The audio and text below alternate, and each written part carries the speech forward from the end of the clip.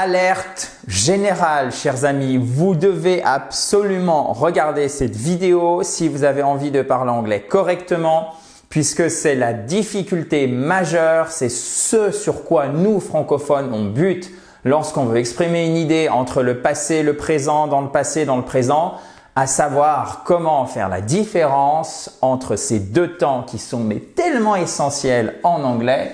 Il s'agit du prétérit qu'on appelle aussi past simple, d'accord? C'est la même chose. Et le fameux present perfect. So, regardez, j'ai essayé de faire quelque chose qui soit le plus pédagogique et le plus simple possible pour vous. La différence entre le prétérit et encore une fois, c'est la même chose que le past simple et le present perfect est le fait que le prétérit, on va utiliser le mot prétérit pour toute la vidéo, c'est seulement pour les événements, les actions dans le passé qui sont révolues, donc qui n'ont aucun lien avec le présent. Alors que le fameux, il porte bien son nom, present perfect, s'emploie pour les actions, pour les événements qui ont un lien entre le passé et le présent. Donc typiquement, on peut l'employer pour une action qui commence dans le passé et qui continue dans le présent. On peut l'employer aussi pour faire un bilan, d'accord? Je vais vous donner des exemples tout de suite. Et je parle même pas des formes simples et des formes continues du present perfect. Là, on prend vraiment juste les deux temps, d'accord? So, for example, she worked in this company for many years. Elle a travaillé dans cette entreprise. Elle a travaillé dans cette entreprise pendant de nombreuses années. Vous voyez, quand je dis ça en français, elle a travaillé dans cette entreprise pendant de nombreuses années, on comprend bien que elle n'y travaille plus. She worked in this company for many years. Donc, prétérit. Par contre, si je vous dis she has worked for this company for many years, elle travaille dans cette entreprise depuis de nombreuses années. Ce n'est pas elle a travaillé dans cette entreprise depuis de nombreuses années. Parce que si vous faites une traduction mot à mot, vous allez vous planter complètement. Autant là, on comprend bien quand on voit la phrase en anglais que c'est fini, elle a travaillé dans le passé. Autant là, quand on voit la phrase en anglais et on fait pas attention, on traduit mot à mot et on dit elle a travaillé pendant de nombreuses années dans cette entreprise. Pas du tout. She has worked. Elle travaille. Et oui, c'est un présent en anglais dans cette entreprise depuis de nombreuses années. Pourquoi? C'est ce que je vous disais, c'est un temps du bilan. Le present perfect, c'est un temps qui permet de faire le lien entre le passé et le présent. Donc, elle y travaille encore. Ne vous fiez pas au français. Le référentiel des temps en anglais est différent. Est-ce que c'est révolu dans le passé? Dans ce cas, prétérit. Est-ce qu'il y a un lien entre le passé et le présent? Dans ce cas, present perfect. J'anticipe d'éventuels commentaires bienveillants puisque c'est une excellente remarque. On pourrait dire « She has been working in this company for many years ». Je ne vais pas m'attarder volontairement sur la différence. Je le note. Mais vous pourriez le traduire exactement de la même façon en français. Elle travaille dans cette entreprise depuis de nombreuses années. Mais ça, c'est aussi valide. OK? Maintenant, vous allez me dire, OK, super, mais comment je forme le prétérit? Comment je forme le present perfect? En fait, c'est simple. Pourquoi? Puisque le prétérit, vous rajoutez simplement ed à la base verbale. Par exemple, vous avez le verbe to live, vivre, vous rajoutez ed. Bon, évidemment, on n'a pas de double e, ça nous donne lived. OK? To play, jouer, played. OK? And so on. So, quand c'est un verbe régulier, puisque quand c'est un verbe irrégulier, qu'est-ce qui se passe? On choisit la forme dans la deuxième colonne. Par exemple, pour le verbe être, ça devient was ou were et pas where, parce que where, c'est où. Il s'agit bien de were. Alright? Et pour former les questions au prétérit et pour former les phrases avec une négation, ne pas, qu'est-ce qu'on va faire? On va employer did. For example, I did not notice anything yesterday. Je n'ai rien remarqué hier. Le anything, en fait, c'est quoi que ce soit, mais on ne peut pas avoir de double négation en anglais, comme en français. Vous voyez, vous avez une première négation ici et vous avez une deuxième. Rien, c'est une négation. Vous avez une deuxième négation ici qui est rien. En anglais, vous ne pouvez pas. Comme c'est I did not, vous avez une première négation. Du coup, au lieu d'avoir nothing ici, vous avez anything. So, I did not notice anything yesterday. Vous entendrez très souvent des anglophones dire I did not notice nothing. Ça, c'est une faute à l'oral. Il n'y a pas de double négation, pardon, je vais y arriver, en anglais. Mais ce qui nous intéresse ici, c'est notre forme passée. Vous l'avez vu, pour une phrase négative formée avec l'auxiliaire did. Et derrière, vous mettez juste la base verbale. Il n'y a plus besoin du ED. Faites même chose pour les questions auxiliaire, sujet, verbe, complément. Did you notice anything yesterday? Auxiliaire, sujet, verbe, complément. ASVC. Et là, vous pouvez former la plupart des questions en anglais. Ça va vous résoudre beaucoup de problèmes si pour vous former une question, c'est un peu compliqué. La première chose à savoir, en fait, c'est quel temps vous allez utiliser. Là, vous savez que c'est le temps du passé. Prétérit, OK. Auxiliaire, verbe, sujet.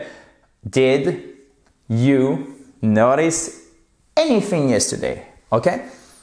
Perfect.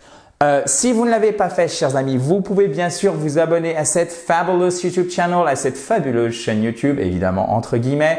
C'est totalement gratuit. Vous cliquez sur le bouton rouge en bas à droite. Vous pouvez récupérer tout le cours que vous voyez à l'écran, faire l'exercice d'application. Vous êtes gâtés, c'est aussi gratuit. Il suffit de cliquer sur le i en haut à droite ou sur le lien qui est juste en dessous, notamment si vous êtes sur tablette ou sur mobile dans la description. Donc profitez-en, vous pouvez le faire maintenant, après le cours, quand vous voulez. C'est sur le i en haut à droite. So, maintenant passons au present perfect. On a vu comment former le prétérit.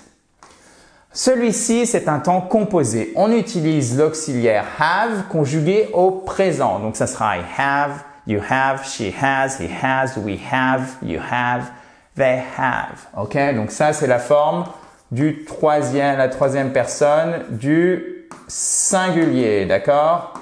Oui, je sais, j'écris formidablement bien. J'espère que le cours est mieux que mon écriture.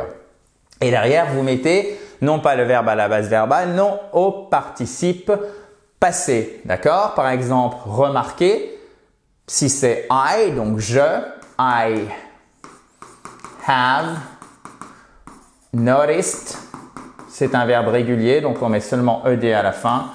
So, I haven't noticed anything yet. Je n'ai rien remarqué.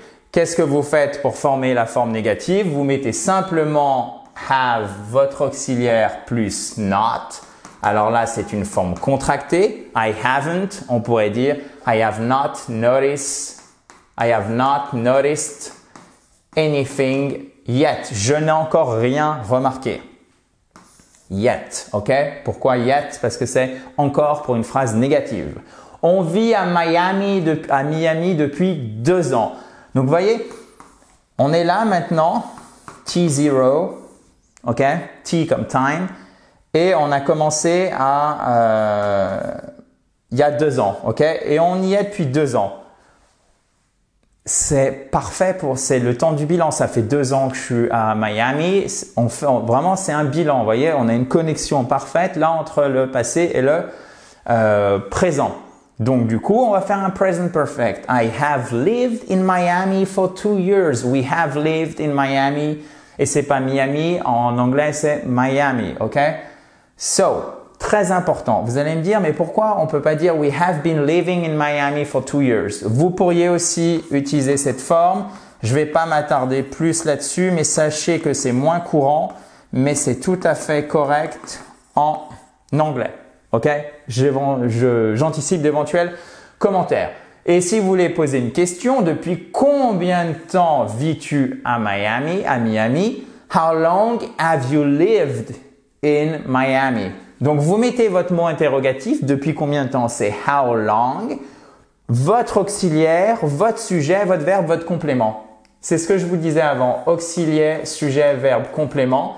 Et ici, en fait, vous avez le mot interrogatif pour dire depuis combien de temps. How long have you lived in Miami?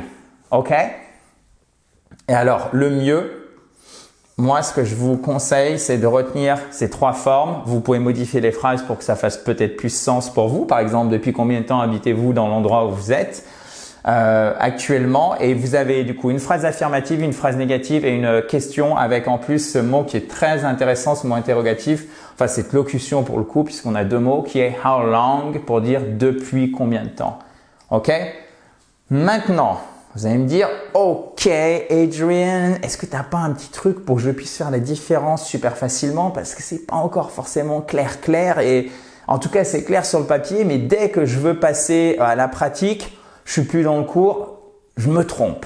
Bon, en fait, le present perfect, qui est le temps du bilan, de la connexion, je sais que je radote, mais c'est vraiment indispensable, entre le passé et le présent, vous le retrouvez avec plein de petits mots, d'accord? Donc, quand vous avez ces mots, vous devez vous dire « It smells like I have to use the present perfect ». Là, ça sent le present perfect. Ever, qui est déjà, already, qui est aussi déjà. Alors, ever, c'est déjà dans une question. Have you ever been to Paris? Est-ce que tu es déjà allé à Paris? OK?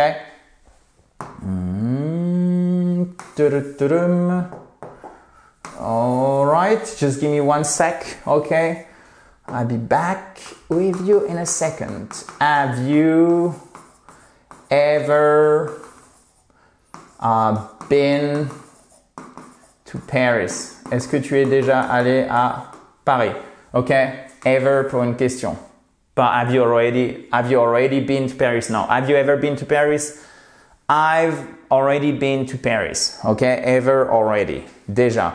Yet, c'est encore pour les phrases négatives. Not yet, pas encore. Just, juste. Until now, vous voyez, jusqu'à présent. Là, on a vraiment, ça commence dans le passé, c'est jusqu'à présent. Until now, again. Là, souvent, quand vous avez ces mots, mais pas tout le temps, mais vous devez vous dire, ouh là là là là, attention, present perfect. Et notamment quand vous avez du yet, quand vous avez du ever, already, parce que again, vous pourriez très bien voir, I did it again. Elle l'avait encore fait, d'accord? She did it again. Elle l'avait encore fait. Ça pourrait être utilisé pour le présent, pour le prétérit aussi. Mais vous devez vous poser tout de même la question. Quand vous avez again, parce que très souvent, c'est attaché au present perfect, il ne faut pas justement employer ce present perfect. Quand vous avez ces mots-là, dites-vous qu'il y a sans doute un present perfect, même si c'est dans la majorité des cas, même si c'est pas tout le temps. Alright, passons maintenant aux petits mots qu'on retrouve très souvent avec le past simple, qui est l'autre nom du prétérit, vous l'avez compris. Yesterday, alors là, si c'est yesterday, c'est dans le passé, là, c'est sûr, c'est prétérit, ok? I did it yesterday. Je l'ai fait hier. C'est pas I've done it yesterday. Non. C'est yesterday, donc c'est passé. Last night, last Tuesday, 2 years ago, in 1997. Ça, c'est obligatoirement le passé. Alors, pourquoi 97? En fait, ça pourrait être n'importe quelle date. Vous l'avez compris. 2 years ago, il y a 2 ans, quand vous avez le ago, d'ailleurs, ça, vous devez l'apprendre par cœur. Passé. Last Tuesday, c'est mardi dernier, ok? C'est pas maintenant, il n'y a pas de connexion avec le présent, donc passé, last night, etc. ou une autre partie de la journée. The day before yesterday. The day before yesterday, c'est avant-hier, ok? Perfect. Maintenant, on va faire un petit exercice, chers amis. Et je vous donne to read qui est lire et to travel qu'on va utiliser ici pour voyager. Alright? So maintenant, mettez à la bonne forme ici le verbe to read et ici le verbe to travel. Est-ce que c'est prétérit ou present perfect? On va le faire ensemble. Last year. Est-ce que ça nous fait penser à quelque chose qu'on a vu ici? Yes, absolutely. Donc passé. Sauf que le verbe to read est un verbe irrégulier. To read, read. Ça s'écrit exactement de la même façon, mais la prononciation change. To read, ici, c'est un ilon. Et au passé et au participe passé, ça se prononce de la même façon. Read. Mais ça s'écrit comme to read. Donc faites bien attention. So, I read 4 books last year. I read 4 books last year. As-tu déjà lu ce livre? Vous voyez, en plus, on est vraiment dans le temps du bilan. Je vous ai dit ici, quand vous avez ever, vous devez avoir une alarme. OK? So, have you ever read this book? OK? Have you, avec la majuscule, ever read. Les exercices à trous, c'est exactement comme si vous avez déjà rempli des formulaires horribles pour une administration quelconque, où à chaque fois, vous devez mettre des informations où il n'y a jamais assez de place. Et ben, c'est exactement la même chose. Sauf que j'espère que c'est plus sympa qu'un formulaire horrible pour une administration quelconque. Have you ever read this book? Have you ever read this book? On remonte. Yes, I have. No, I haven't. Have you ever read this book? Yes, I have. On a beaucoup voyagé cette année et on voyageait beaucoup avant le Covid.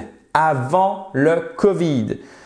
So, this year, quand je dis cette année, je suis encore dans l'année. Donc, on a une connexion entre le passé puisque ça a commencé là avant l'instant présent où je vous parle, mais c'est encore dans le présent. Pourquoi? Parce qu'on est toujours dans cette période de temps qu'on considère ici dans la phrase qui est l'année. OK? Celle-ci, cette année, pas une année avant. Donc, il y a notre connexion, notre temps du bilan.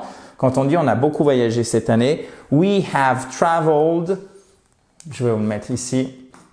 We have traveled. Et je vous mets la forme américaine avec un seul L.